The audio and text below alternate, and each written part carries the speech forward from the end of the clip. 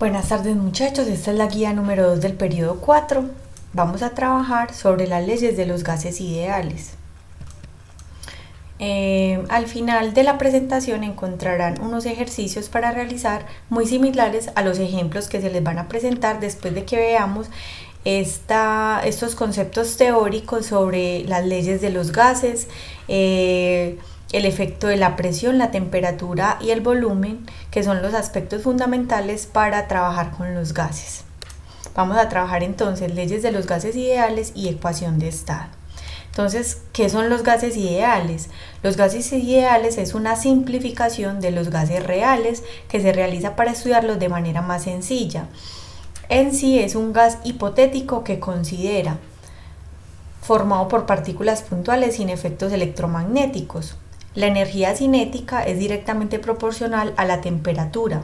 Los gases se aproximan a un gas ideal cuando son un gas monoatómico. Está a presión y temperatura ambiente. Las colisiones entre las moléculas y entre las moléculas y las paredes es de tipo elástica, es decir, se conserva el momento y la energía cinética. Vamos a trabajar sobre gases ideales que no tienen en cuenta muchas influencias de la vida real, pero que nos sirve como aproximación para comprender cómo se comportan los gases. Entonces, las leyes de los gases ideales, vamos a trabajar ley de Boyle, ley de Gay-Lussac, ley de Charles y ley combinada de los gases para llegar a la ecuación de los gases ideales o a la ecuación de estado. Entonces, la ley de Boyle relaciona presión y volumen. La relación de Gay-Lussac relaciona presión y temperatura. La de Charles relaciona volumen y temperatura. Y la ley combinada, entonces ya vemos las tres variables que son necesarias para estudiar un gas. Entonces empezamos con la ley de Charles. Corresponde a las transformaciones que experimenta un gas cuando la presión es constante. Entonces solamente vamos a variar volumen y temperatura. La presión va a ser siempre igual, no la vamos a variar. Entonces, ¿qué pasa si aumentamos la temperatura de un gas? Como ve su gráfica, como vemos en esta gráfica, el volumen aumenta. Recuerden que cómo están las moléculas de un gas, están totalmente dispersas, están chocando entre sí. Y a medida que aumenta la temperatura, pues entonces tendrán más energía y el volumen que ocupan, entonces es un volumen mayor. Aquí lo vemos en la gráfica. No es sino que analicen muy bien qué pasa si aumentamos la temperatura, qué pasa con el volumen.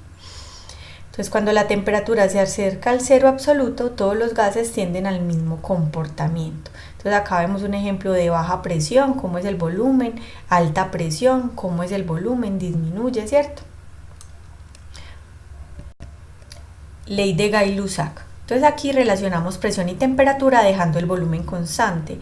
Corresponde a las transformaciones que sufre un gas ideal cuando el volumen permanece constante.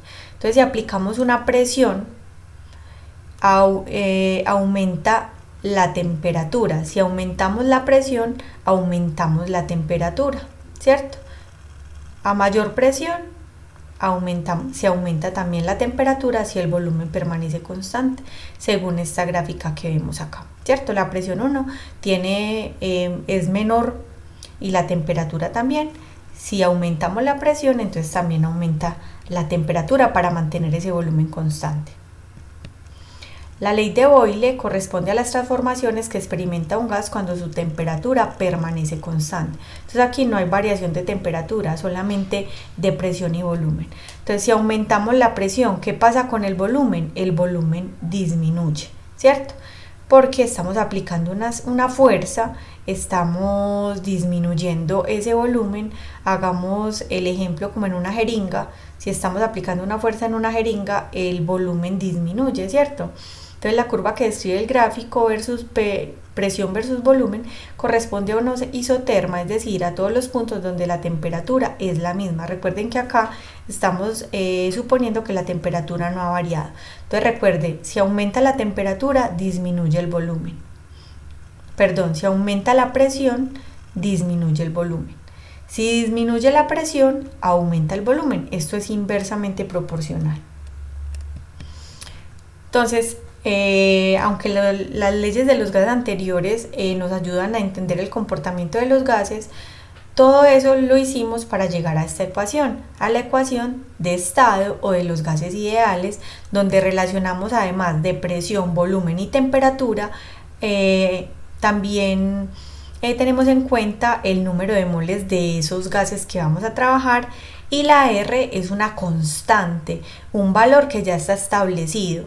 Aquí tenemos el valor de varias R's, o sea, de varias constantes, para diferentes unidades de medida de temperatura, de presión y de volumen, ¿cierto?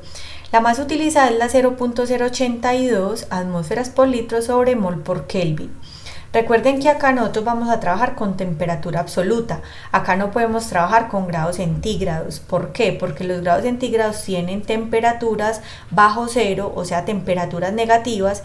Y aquí en esta ecuación, todos los valores que vayamos a calcular nos tienen que dar valores positivos. Entonces, por eso trabajamos con Kelvin.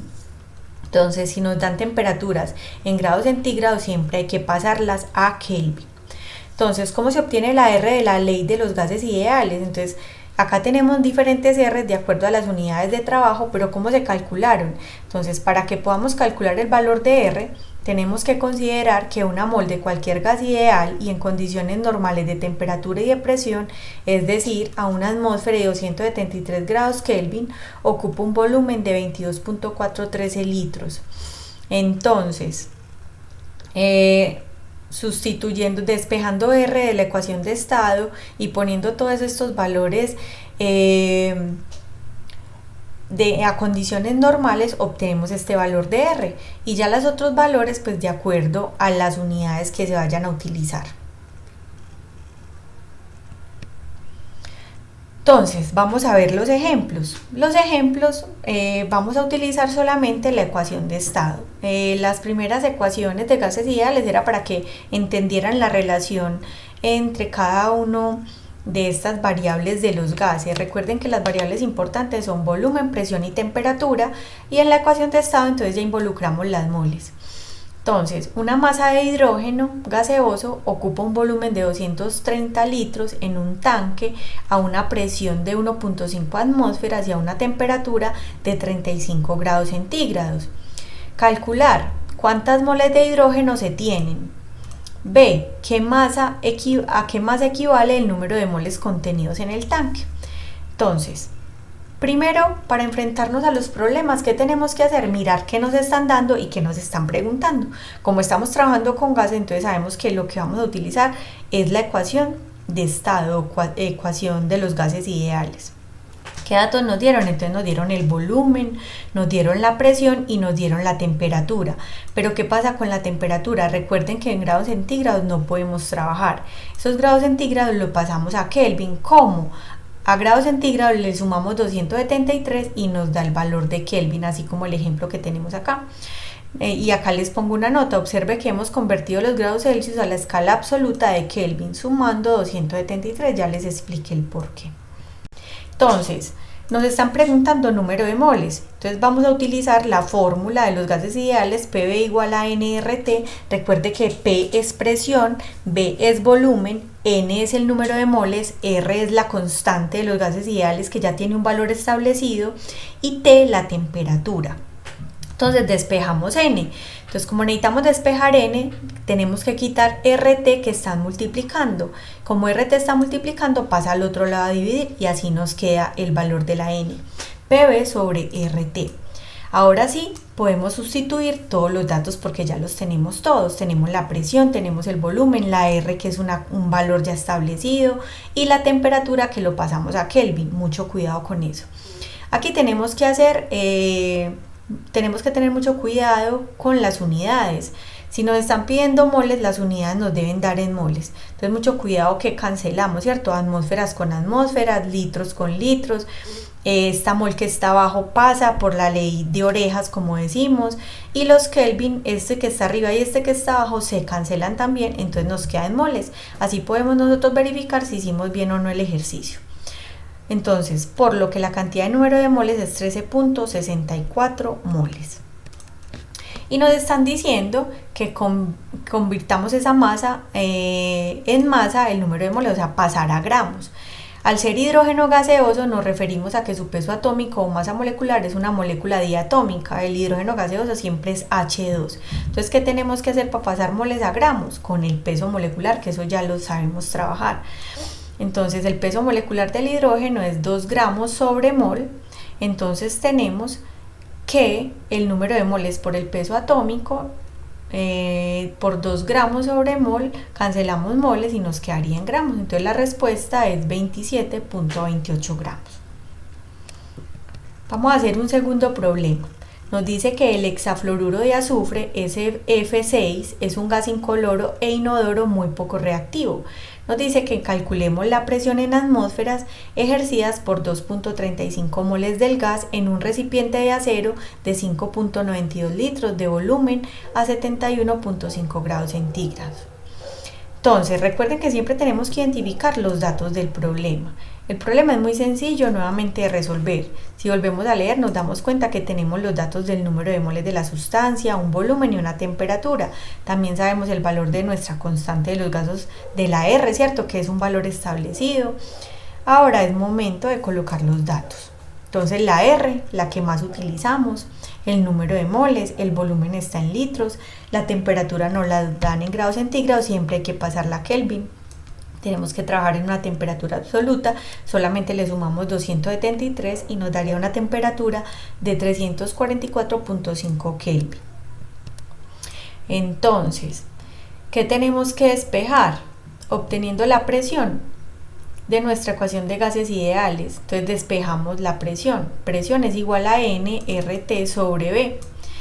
Sustituimos nuestros datos y obtenemos, recuerden que tenemos que tener mucho cuidado con las unidades, lo que se cancela y lo que nos queda nos da 11.23 atmósferas, por lo que la presión es de 11.23 atmósferas. Despejamos de la fórmula PV igual a NRT, el volumen que está multiplicando pasa al otro lado a dividir y ya podemos reemplazar todos los datos del problema.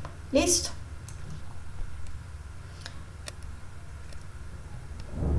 Acá están entonces ya los ejercicios que les propongo. Recuerden que deben presentar todos los cálculos, todo lo que hagan, todo debe tener unidades para que sepamos que están cancelando. Entonces tenemos estos dos ejercicios muy sencillos para trabajar y recuerde siempre autoevaluar su desempeño, cómo fue su disposición, si se aprendió, si se esforzó por hacer los ejercicios. Recuerden que el video lo pueden ver las veces que necesiten, los ejemplos son muy similares, tienen la fórmula, tienen la R.